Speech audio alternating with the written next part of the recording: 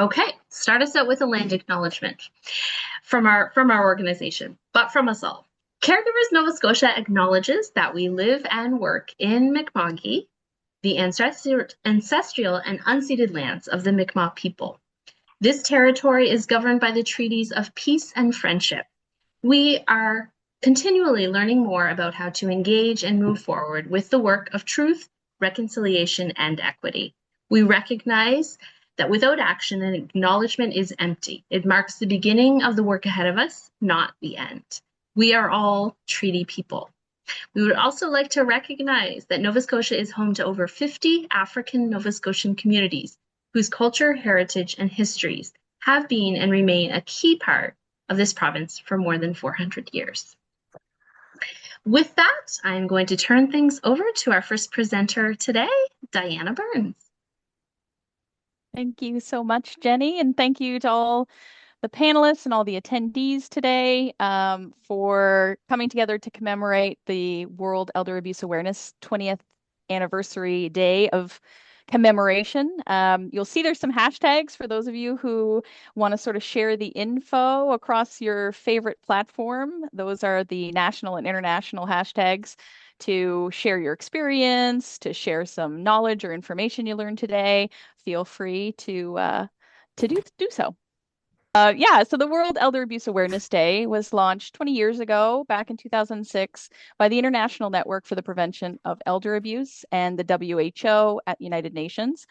It was officially recognized in 2011 at the United Nations General Assembly. And the day really represents a commitment to understanding that elder abuse is a violation of human rights and dignity. And that elder abuse, it encompasses physical, emotional, financial abuse, neglect, so many areas, just to name a few, of people 65 plus. And more than ever, there's a lot of indication that a key part of making elder abuse prevention work really requires having as many people involved in the conversation and in the initiatives and strategies as possible. Thank you. So that really was a part of the Beyond Awareness, Making Elder Abuse Prevention Work campaign this year that's been put on to focus on the multi-generational, the way multidisciplinary initiatives work together, and volunteer educational programs, cultural arts events. This information sharing we're doing today is a real key way of building a network. And the reason we want to build as strong a network as possible is to combat those issues of isolation, of this shrinking circle of support that people often find themselves in that makes them more susceptible and more vulnerable to all these types of abuse.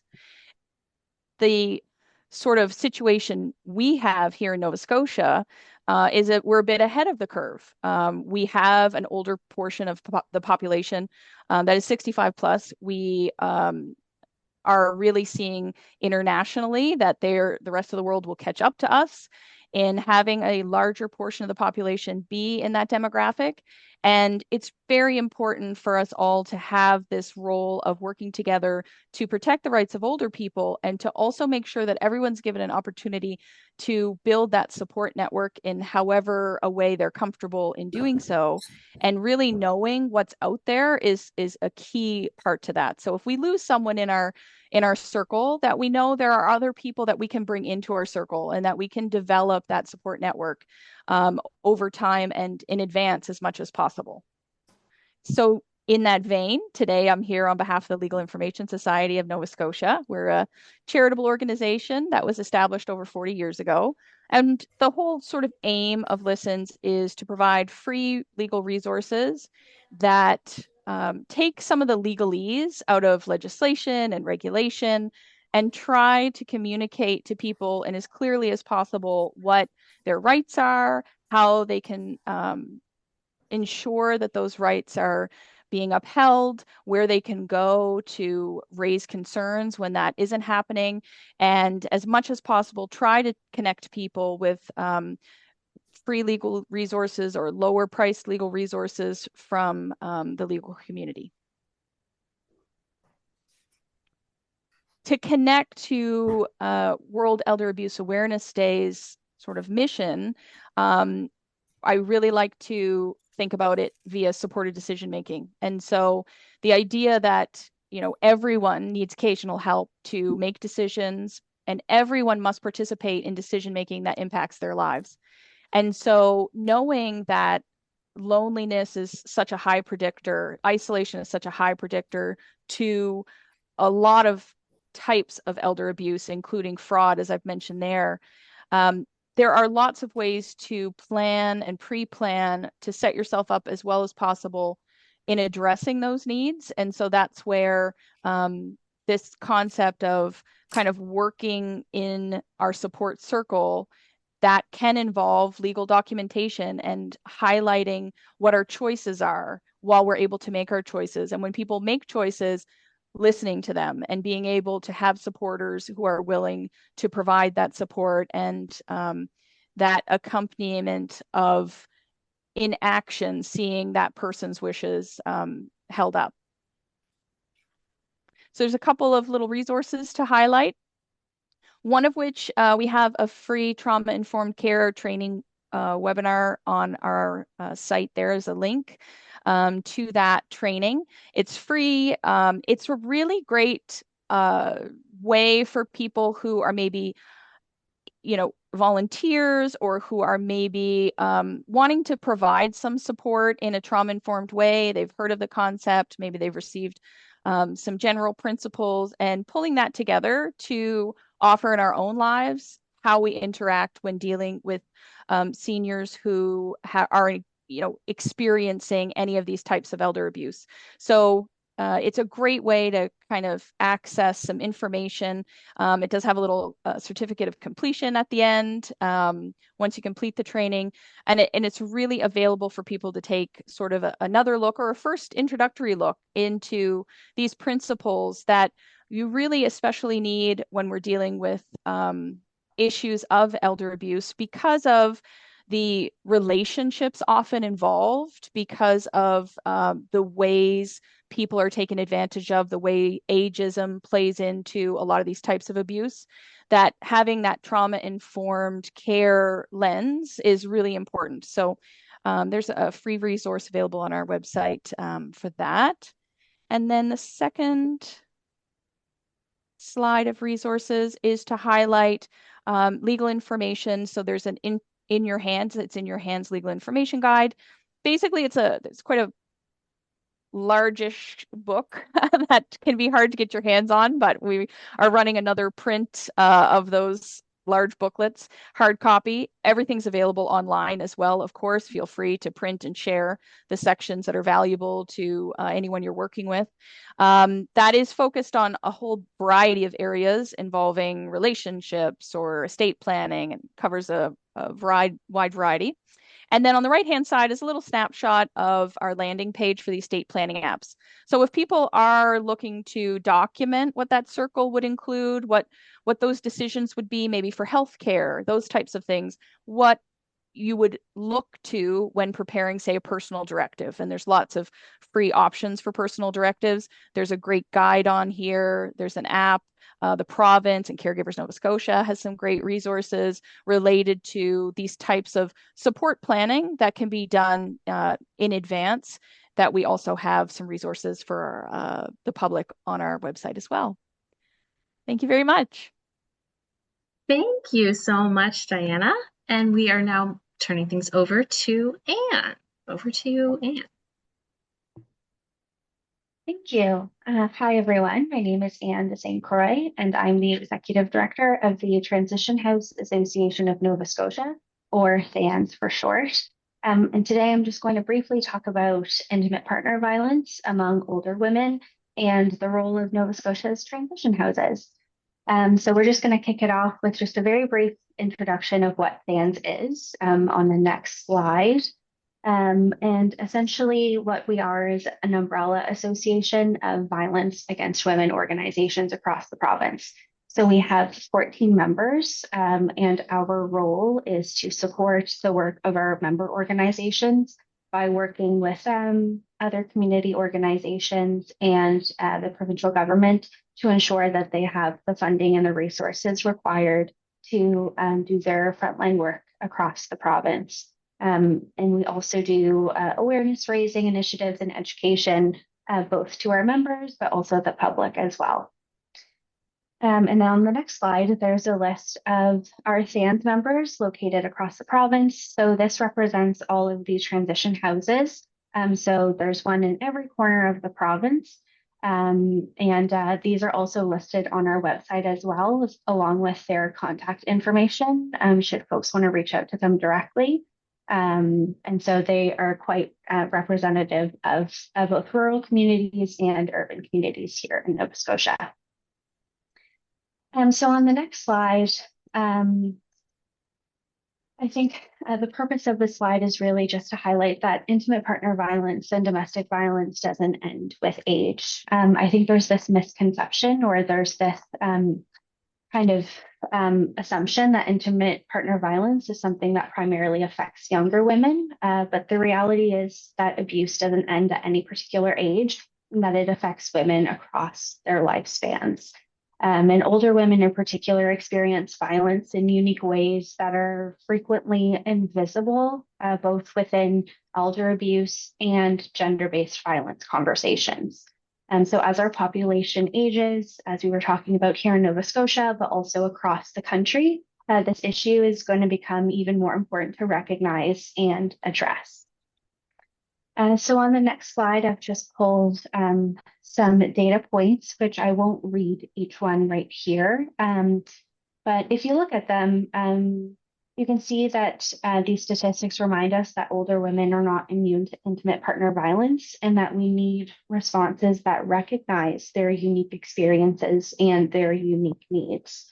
And while we have some statistics available to us that I've put on the slide, we also recognize that these numbers are likely underestimating the true scope of the problem, as we know that abuse among older adults is often significantly underreported.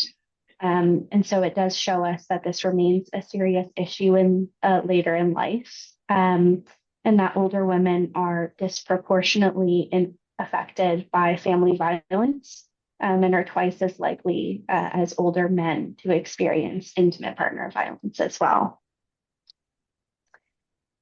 So on the next slide, I've just outlined some ways that older women may experience intimate partner violence. And again, this isn't an exhaustive list, but more so just an example of how this can look different later in life. So research does suggest that psychological abuse remains common among older women, even as physical violence may decline with age.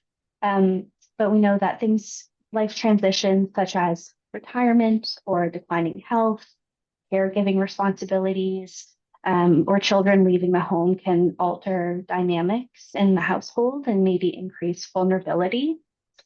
And we know that perpetrators may also draw on some of the common stereotypes, whether those are ageist stereotypes or sexist stereotypes, later in life to kind of exercise control over someone. So whether that's questioning a woman's memory, their judgment, or their cognitive abilities in ways that undermine this person's confidence or their perception of the abuse that they're experiencing.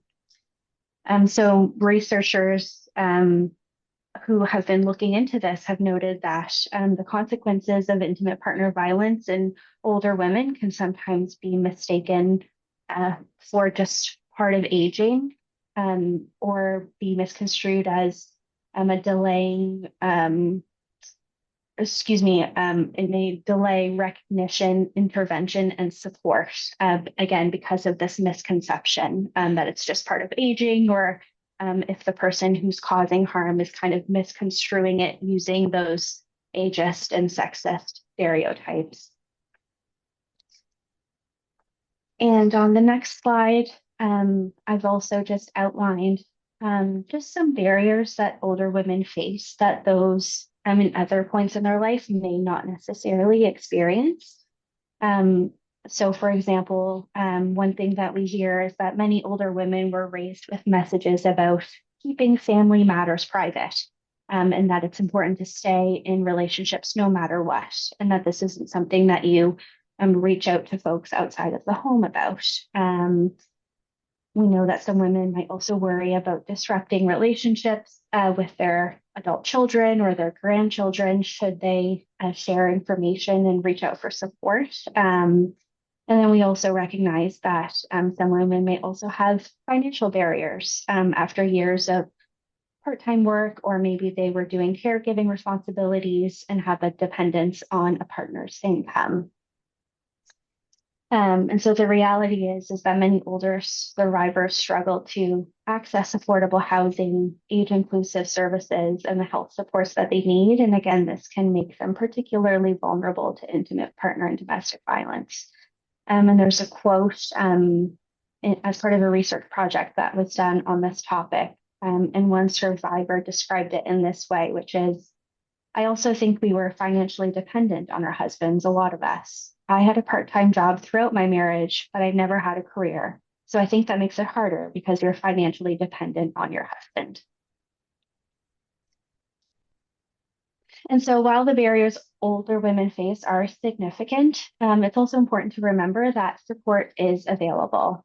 So across Nova Scotia, that list of members that I had at the beginning of the presentation, LISNS member organizations support women of all ages experiencing intimate partner and domestic violence. I've heard at numerous points throughout my time in this role, again, a misconception that our transition houses don't provide services to women of a certain age, and that's certainly not true. And so our supports are wide ranging. It can include emergency shelter and safe accommodation, but our member organizations are much more than just a shelter. And again, folks don't need to be staying in shelter to receive support. That's another thing that I often hear is folks thinking that you have to be a resident to get these supports, but folks can get support with safety planning, court accompaniment and system navigation, counseling. We have second stage housing across the province as well. So these are all supports that folks can get access to regardless of whether they're staying in shelter or not. And we also recognize within the LISNS membership that there is no one size fits all response. So we are always trying to provide services and support that are specific to every woman's needs and her situation. So in closing, World Elder Abuse Awareness Day reminds us that violence against older women is not inevitable, invisible, or acceptable. And one of the things that we can do is challenge assumptions about who experiences intimate partner violence as part of prevention and response. So by recognizing the realities older women face and responding thoughtfully and compassionately, we can help ensure that they receive the support they deserve. So thank you very much. And I've included my contact information here in case anyone has any questions or would like some more information. Thank you. Thank you so much, Anne. We are now moving along to Dawn. Over to you, Dawn, from the Senior Safety Program. That was awesome. Thank you. Listen, I'm not as organized as everybody else is, and it's a big WeAdd event for all of our senior safety coordinators in the province. So what I want to tell you today is our senior safety programs are in almost every county in Nova Scotia. We started in Annapolis County back in 1996. There was a home invasion in my community of Bear River, and seniors got injured.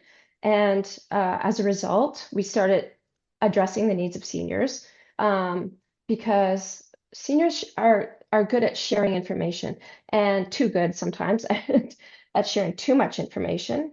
For example, sitting at Tim Hortons and saying, hey, guess what? I won the bingo yesterday. And that's exactly what happened with these people in Bear River. So in 1996, our program got started through an HRSDC grant, and we've expanded now. I've been doing this for 20 years, which is really, really cool. because we recognize that there are seniors with issues of safety, security, frauds and scams. We want people to live at home for as long as possible, safely as long as they can.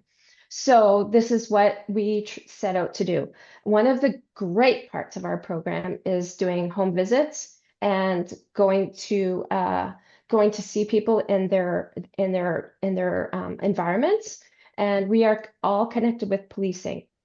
So part of our funding comes from our community. We are all from our community, and we can go out and visit people that we know, people that we love. We're connected with fire departments, churches, seniors groups, and do what we can to make sure that people are safe and secure for as long as possible.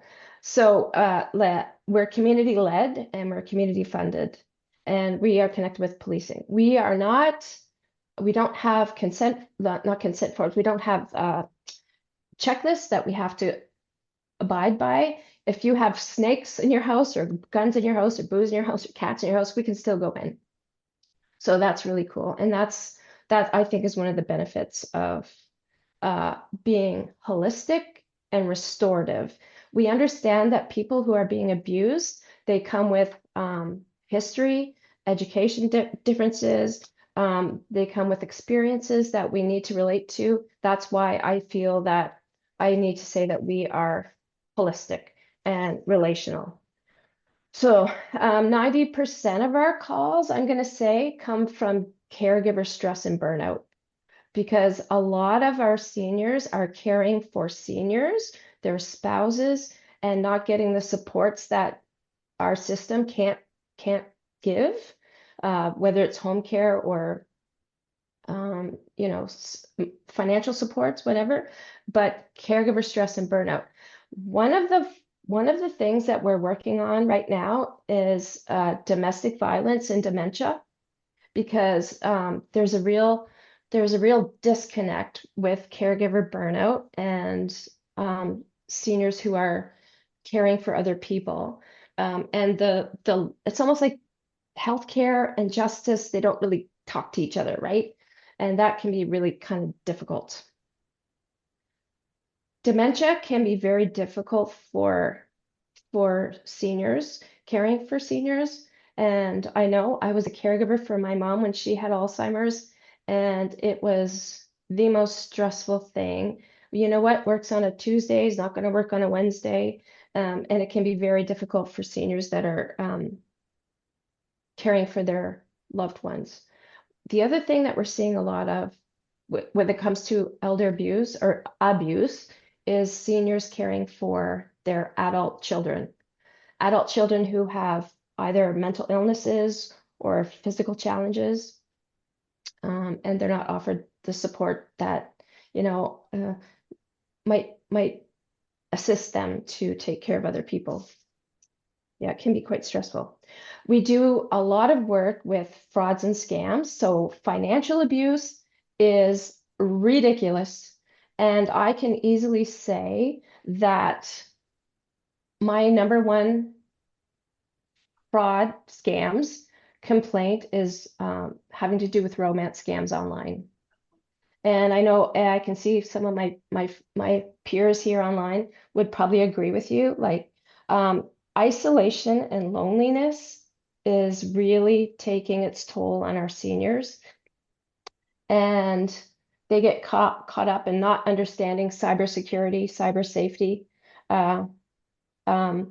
understanding safe websites, understanding what is okay to like and share. I always say, Jesus is not on Facebook.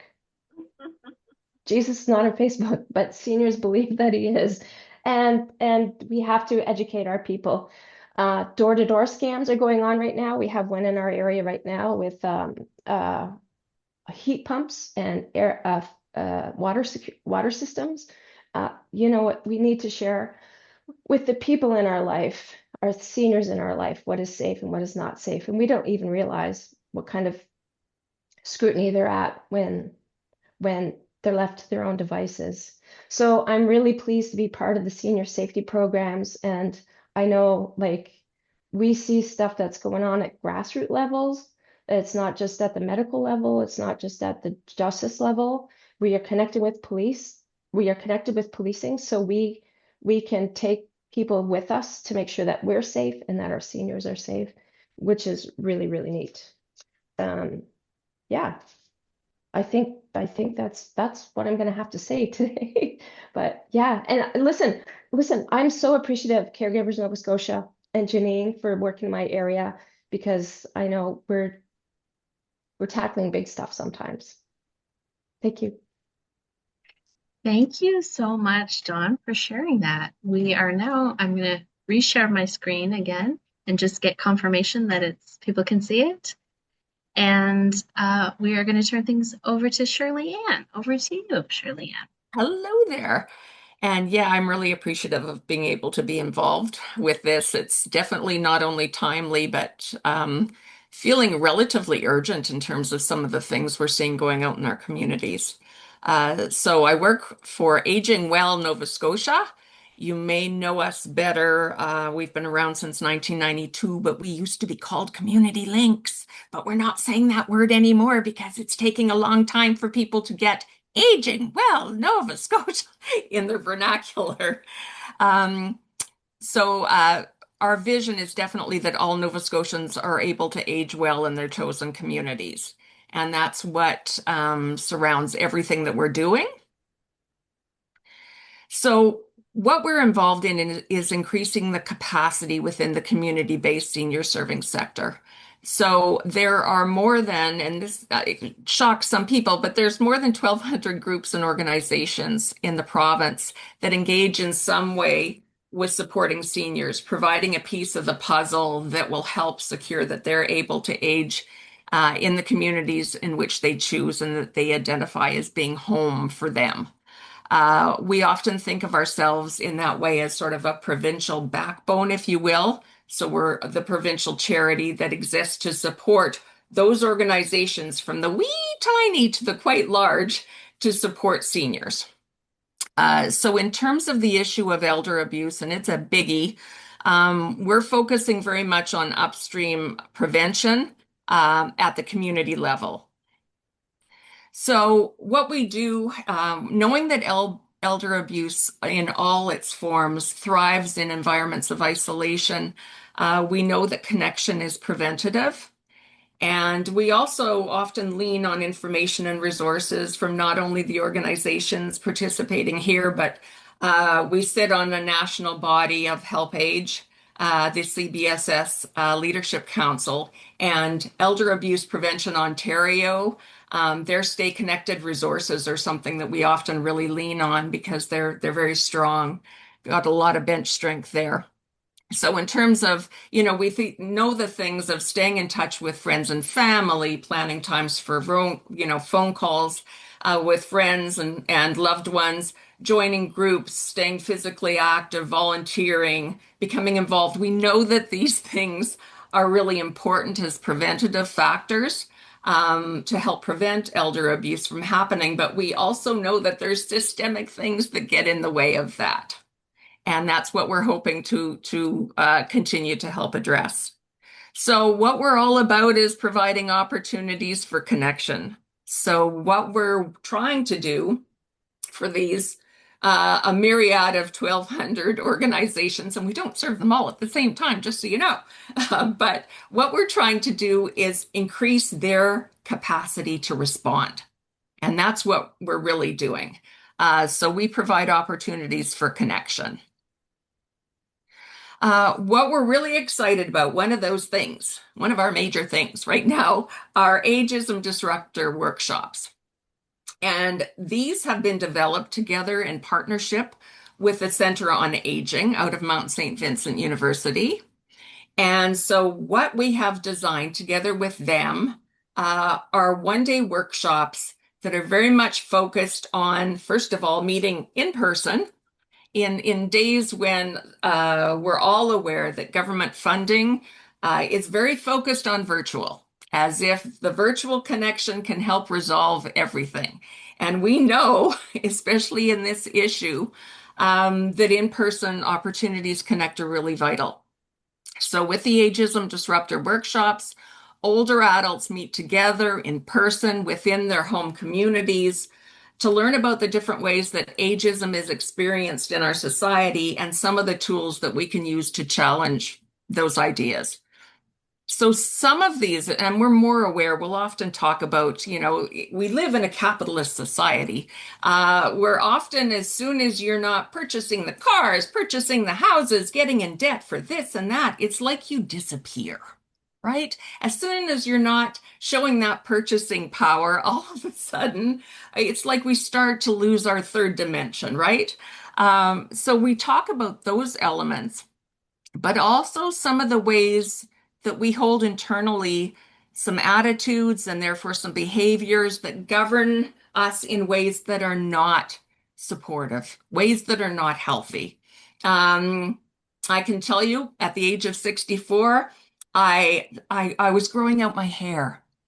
And oh my, the comments I got from friends and acquaintances about really how, as you get older, it's just often more flattering to have really, short hair, maybe a pixie, or it was just interesting because I never asked. These were unsolicited comments, and they were all framed around my age and really, what might look better, more appropriate for me as I age. And I thought, how interesting. Because often these sorts of attitudes, while they can seem innocent and non-consequential, when it comes to setting an environment for all sorts of elder abuse, they really plant the seeds because you start to accept that maybe I don't have as much value anymore. What am I doing to contribute to the marketplace? If I'm in employment, maybe I'm taking a job that somebody younger should have. Maybe I don't have a right to be employed anymore. All of these things that we don't question can create that environment and the seeds for elder abuse. So what we know is that through these sessions, and not only is it are these Agism Disruptor workshops designed to share information and increase a knowledge base, but very importantly, they're designed to provide opportunity for people to share their life experiences and to talk together about what the attitudes are that they've been holding. What are the attitudes that their partners are displaying, their children are displaying, to really start to share and to challenge some of those things. So we know that when we know our value as unique human beings, independent of whether we're working or not, independent of whether we're parents or grandparents or what have you, when we know our own intrinsic value as a human being, we stand up for ourselves more, and we're more likely to seek help when we need it.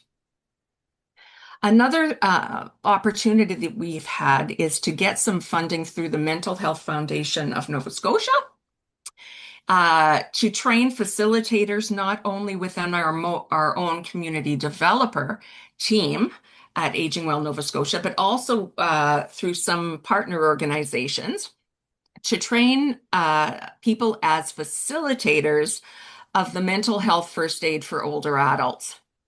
And this is something that it has been provided, the 1 week of full-time training that all the facilitators have had has been through the Mental Health Commission of Canada and their Opening Minds program. So what this entails is that older adults meet together again in person in their communities to identify and address the mental health issues that are most relevant to all of us as we age. So we know that while we each as human beings experience things to some degree uniquely, there are commonalities in shared life experience that tend to align with, different ages. So it's designed to support older adults, including caregivers, and we listened very rightly to the importance of understanding the specific stressors that engage as we are caregivers.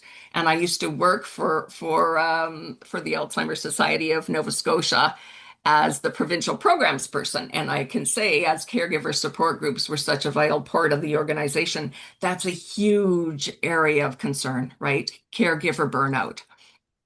So it's designed to support older adults, including caregivers, in maintaining mental wellness and well-being, so recognizing signs of mental health problems and crises, discussing support, so providing initial help to seniors in identifying, initiating conversations, guiding towards appropriate professional help. Again, not providing that professional help, but definitely helping with that resource seeking. And again, to assist and provide strategies and resources to seniors. So we're really very, very excited. This is something that has been asked for in our province for a very long time. And being able to do this, interestingly, when the training was provided to our staff and partners to be facilitators, it was initially designed to be offered virtually. And I cannot even imagine, I can't even go there. I can't imagine trying to deliver in any kind of effective way this kind of content without having that in-person opportunity to share and to learn from each other. So it's very intentional and strategic on our part that we are doing this. Unless an organization requests it virtually, we could always offer it if that's what they choose, but it hasn't been an option they've chosen yet. So it's going to be provided in person. And again, our aim is to have whatever we're providing provided at no cost, because the reality of the community organizations that we're working with is part of the challenge is no funding base, often no funding for staff, no funding for programs. So we're sourcing out funding such that we're able to provide it at no cost.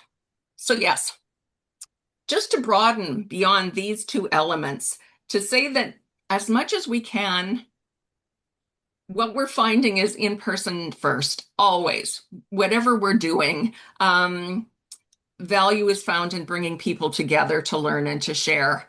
And certainly when previous talk within this session has been, talking about the vulnerability that happens when people aren't in person and when they're left to strictly virtual resources and trying to find community there, and the resultant romance scams and the cost that comes with that, the gambling harms, the everything that happens that's exacerbated by people being driven to a virtual format that they never would have chosen, if they had the opportunity to get together. So while we do in person first because of the substantive value to that, we do understand that for some individuals, they are shut in to a certain or great extent. And that's part of the challenge inherent within their lifestyle, especially if they are caregivers. They're not able to get out. And so knowing that they're increasingly vulnerable, we do offer, virtual sessions that are content specific. And that is something that certainly, and again, if requested by an organization that we serve, is something we'll do virtually. And again, because of those that are most isolated, what tends to be forgotten by the very nature of them not being able to connect otherwise is that there are a lot of individuals that are isolated in their homes and not on technology. Increasingly, we notice with our funders, and oh my gosh, there is an assumption made that because society has increasingly moved to virtual, that everyone was able to move along with society, and that's not the case. So what we have found is some of the most vulnerable people and vulnerable to elder abuse for sure in all its forms are those who often don't have any access. Either they don't have the Wi-Fi to be able to get access. They're not able to afford to get the service connected to them, even if it's offered. They perhaps don't have the knowledge to engage with technology because, of course, training wasn't provided as all this happened. So what we have worked on doing is coming across with somewhat novel ways of trying to connect. And there are services that provide help support by phone line. This is something different. The Seniors Connect NS is a pilot that we undertook to host. It was a year-long pilot, telephone-based, and providing programming to seniors who register for the free program. So some of the inherent value in that was that it helped forge connections within communities of people via telephone that didn't know of each other before. So beyond the programming that would be provided, which they chose, the members would decide what it was they wanted to learn, whether it was, music to share, whether it was, folklore, whatever it was determined in partnership with the people that were on the call. And there's a paid coordinator who would design this. But one of the side effects, the really positive one, was it decreased the level of isolation, and people started forging connections that extended beyond this service itself. When our project funding ended, as we know, one-year projects often do, we were able to, through our partner Spencer House, they were partners in this pilot with us, and they undertook that hosting function. So this is a service that does not extend throughout the province right now, but there is ongoing work from Spencer House to try to secure the funding to do that, because that is something that we have heard is really important for those who are most isolated. So that's just an example of something we're learning.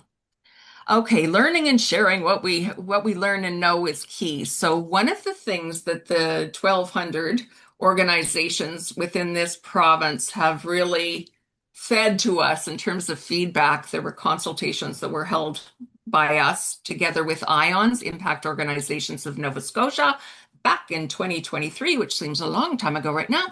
But what was learned there is if we could do just a few things for the province and all those organizations serving seniors, it's please provide opportunities for us to not only learn, but collaborate with each other, because we know that what we're doing, we can't be the only game in town that's dealing with this issue, but we really don't have the opportunity to find out from others who are experiencing it what they're going to do about it. So issues of transportation feeds into the isolation issue so much, right? And that's a key issue in this province, especially for rural seniors. And so what we find that we are asked to do, that hopefully we're doing relatively well and working on all the time, is sharing what we know, whether it's funding opportunities, whether it's resources for support. And I'm looking here at Legal Information Nova Scotia and the transition housing, and thinking that those are great pieces to be inserting in our next e-bulletin, which comes out monthly, the first week of the month. And so, as much as we can share information and resources, especially when it pertains to, for example, this specific day, we share opportunities to engage, whether it be virtually, if the topic allows. Certainly talking transportation, doing it virtually made great sense because people were challenged by transportation. We participate on the Provincial Seniors Advisory Council to discuss key issues affecting seniors.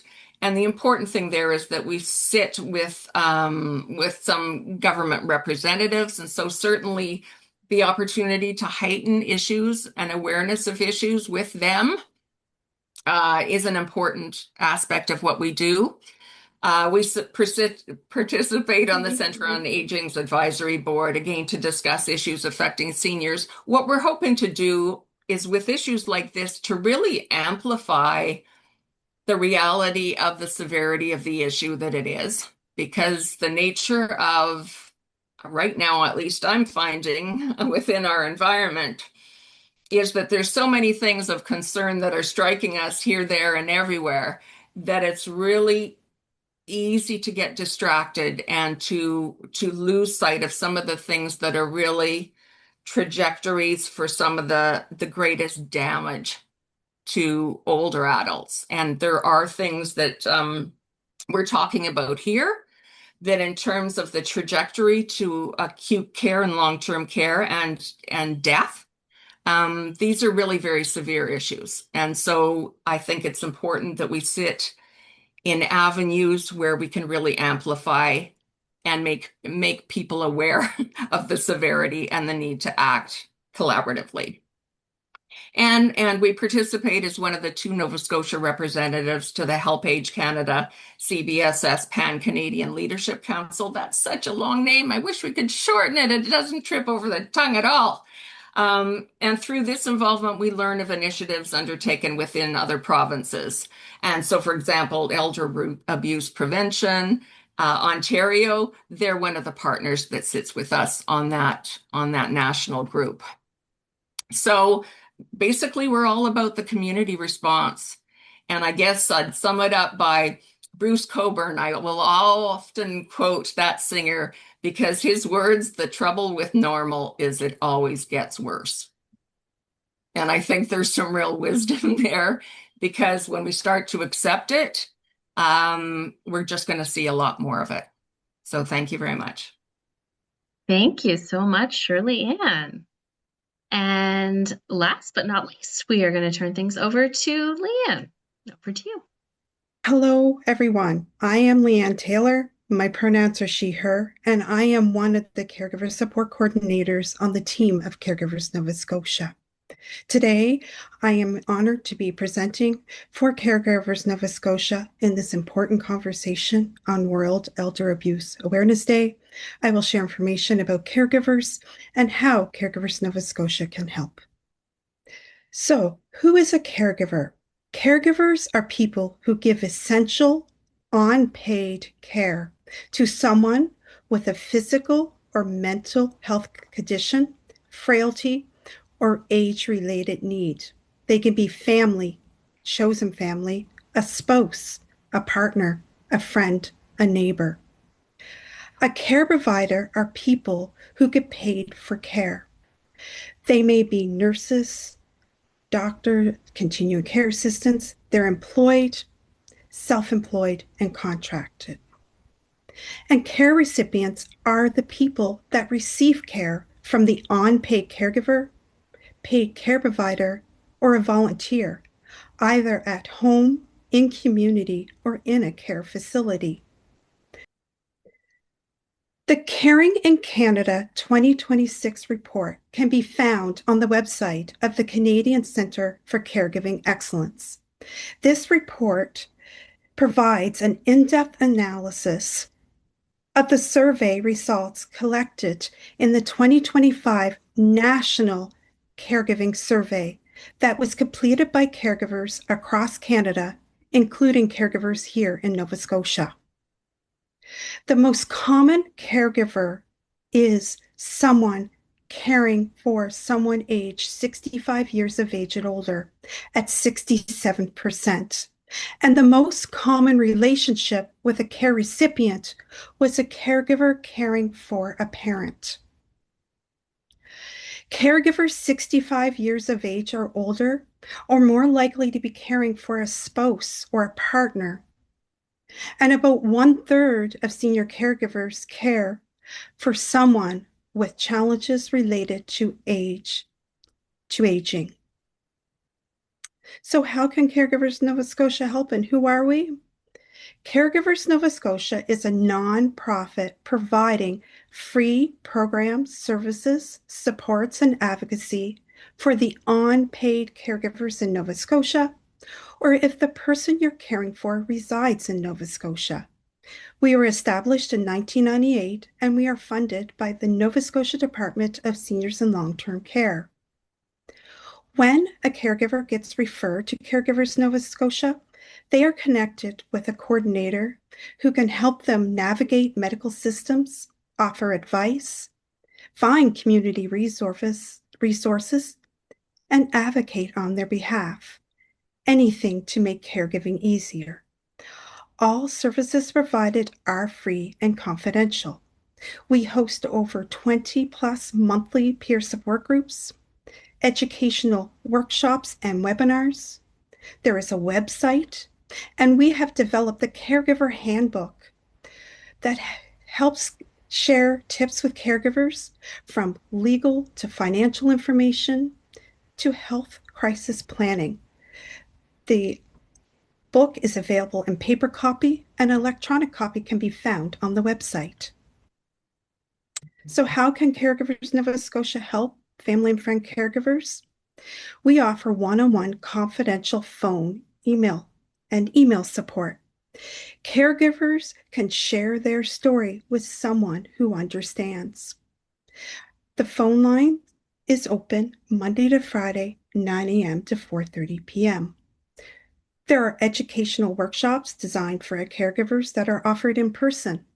As well, we have an education section on our website and other information and resources to help on the website as well. The peer support groups are available in person monthly across Nova Scotia, and we offer them online and in French. Our support groups offer caregivers a safe place to connect, ask for advice, and share tips. For caregivers navigating the healthcare system, government programs, and community supports can be difficult. Our team at Caregivers Nova Scotia can help caregivers find the right resources. So on this slide, we have shared some other organizations across Nova Scotia that support seniors that may not be on the line with us today.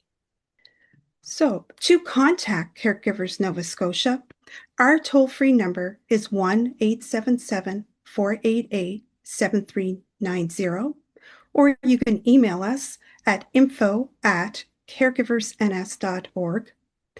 Referrals can be made on our website. On the home page, there is a referral button. And our office is located on Dutch Village Road in Halifax. If you are a caregiver or you know someone who is a caregiver, please reach out to us. We are there and we are very happy to help. I thank you for your time. Thank you so much, Leanne. I am going to stop sharing my screen now. Thank you to everyone. I know this was, mini presentations from all our presenters, but we hope that it was useful information. I know I even learned from the information shared today as well about each of the organizations. And I thought it was really interesting to get this great snapshot of how we can help and support seniors in our community, both in general, but in particular, seniors experiencing abuse, and how we can create more awareness in Nova Scotia and all through our communities in Nova Scotia.